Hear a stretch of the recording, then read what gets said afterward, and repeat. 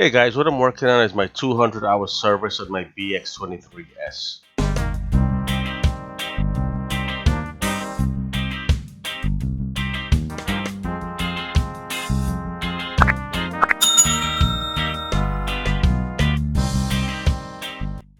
Hey guys, welcome to my channel. If you're a subscriber, welcome back. If you're new to the channel, go ahead and hit that subscribe button, hit that like button, and sit back and watch the video. What you're looking at here is my tractor on ramp. I'm getting ready for my 200-hour service on this tractor. So I went to the Kubota dealer and I picked up all my supplies that I needed. So what you're looking at here is some pinch-off pliers for the fuel line. I've got my Rotilla T6 oil fully synthetic, which I picked up at Walmart. I've got my UDT fluid. Um, I bought a 5-gallon container. This is your OEM air filter. I've got the engine oil filter cartridge and my hydro oil filter. So let's go and get this installed. There's your fuel filter, two of them, one for the side and one for the bottom. So I prefer to go with the OEM parts for my tractor because I'm not gonna do this again for another I think it's another 200 hours for the main oil um, and filter. As you can see here, it's not that expensive. It's a little bit more than what you're seeing right there because on this list I have a 2.5 gallon of UDT, which I ended up returning and buying the 5-gallon because the front axle uses the same UDT. So I'm going to change the front axle fluid. So that's why I decided to buy the 5-gallon, so I always have some on hand anyway when needed. So you figure the total price will probably be about 150 at my dealership. It's about 150. Since my tractor's got this Under Armour, let me just pop it off by pulling this spring latch, one on each side, and that Under Armour will just drop right out. Once that's dropped out, we can go ahead with the maintenance. And if you don't know what this Under Armour does, you see that hydro fan right there? It protects those blades because from what I've heard and seen is that if that blade get damaged, it's a pain in the neck to replace. Even though it's a simple plastic blade, it's a pain in the neck to replace. So that Under Armour protects that blade from getting damaged with sticks when you're running your tractor. So what I've done is I cleaned around the entire filter, get all the heavy debris, dirt, grime off. I don't want any of that stuff getting into my fuel line and contaminating my fuel. Once that's done, I got my wrench, my socket, and I'm gonna unscrew this bolt right here.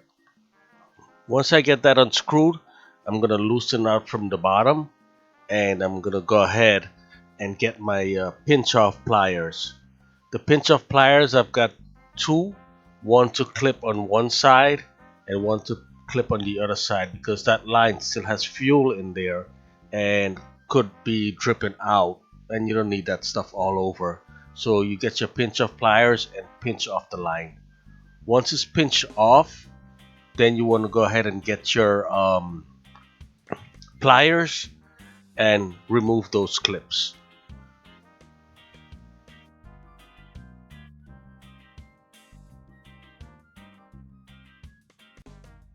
These clips could be a pain in the neck to remove based on where it's facing because as you can see mine was facing towards the top and I have to try to twist it around so I can get the plier around it uh, to pinch it to remove those spring clips.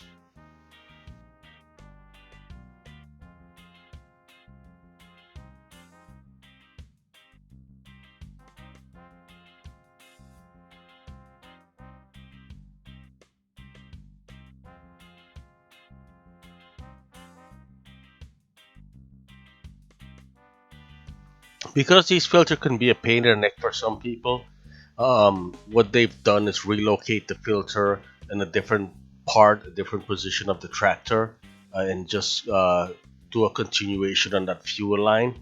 I've got the relocation kit which I bought, but however, I don't have um, a bracket that I can mount it on. So whenever I get my welder and stuff, I'll fabricate a bracket so I can relocate like some of these guys did with their own tractor. So it's easy to drain the water out of the fuel line from the modification and also replace this filter.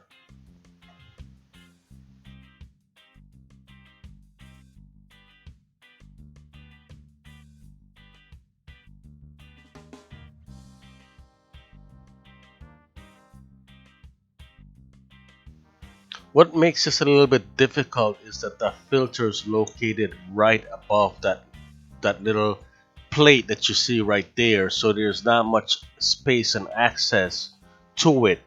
If you want space and access, you will have to try to remove that plate to get to it. But I prefer to try to work with it the way it is, because the difficult part will be removing it, not putting it back in.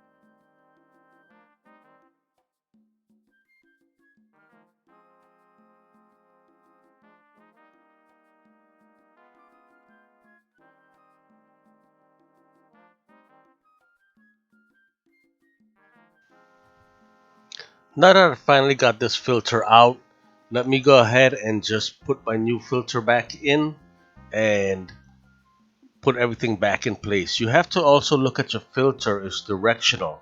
So you want to make sure your filter installed in the correct direction. So make sure you pay attention to the direction of the filter itself so you see which way it should be going and connecting. And don't forget to put your clamps before you insert your filter into the hose. If not, you would have to try to pull that filter back off.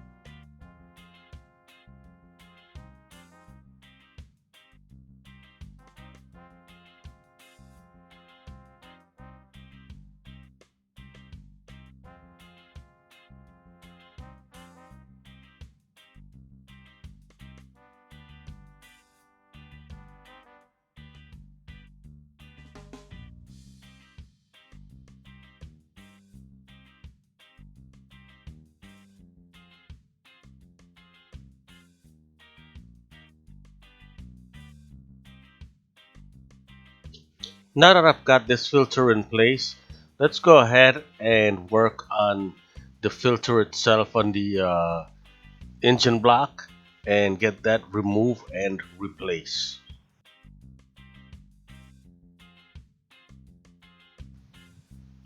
So you want to locate the filter on the engine block itself, and you'll see there's one bracket that's holding that filter to the engine itself. You want to get that bolt removed. On the opposite side you'll see a welded on nut to that bracket. So get that bolt removed and get yourself a pair of pliers and remove the clamps. Once you remove the clamps, you'll probably need like a screwdriver to pop those holes off. It's not gonna pull right out because it's been sitting like that for a while, so the holes kind of take the shape of the prong on the filter itself. So you got to get a hose and take the pliers, wiggle it a little bit, set it free, and then get a screwdriver and kind of pry it out from the filter itself.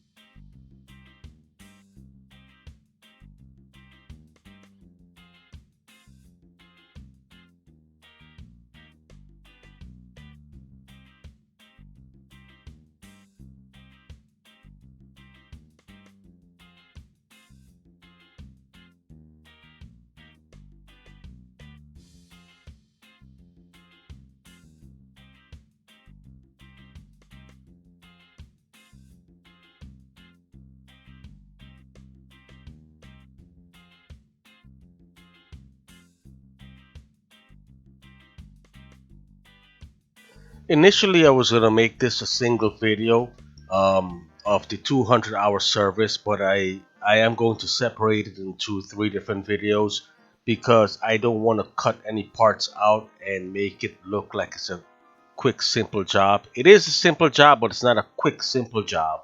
Some of these things are stuck on there and it takes time to pry it out. So I want to keep all that into the video itself and make sure that anyone that's viewing it can see what it takes to do it. Again, it's not a difficult job, it's just time consuming, and I didn't want to skip any steps to show that it's a simple process or a quick process. It's not a quick process, it does take some time. Now once I get that filter back in place, you have to bleed the air out of the line. If not, you'll start having injectors problem, and this is the part that's really important, is to make sure that you bleed the system. So with a 10mm wrench, you need to find your bleed nut, which is right here. That's the bleed nut to bleed the air out of the system. So with a 10mm, you want to go ahead and crack that nut a little bit. And I say nut, it's a bolt. Crack it a little bit. That way, it'll spit all the air out and get the air out of the system and not give you any issues when you run your tractor.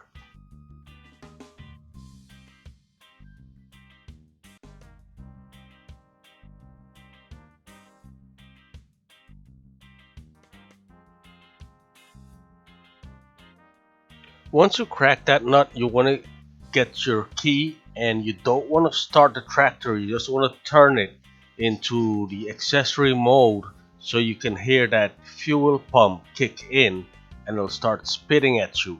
Keep an eye on your bleed nut. You'll see that the fuel will start spitting out. That's the time to shut the ignition off and tighten up the nut.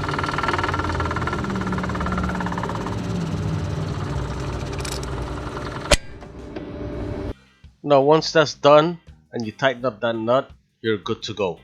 Go to part 2. Let's continue this 200-hour service. I'm trying to keep the video as short as possible, so that's why I split it up into different parts. So let's go to part 2.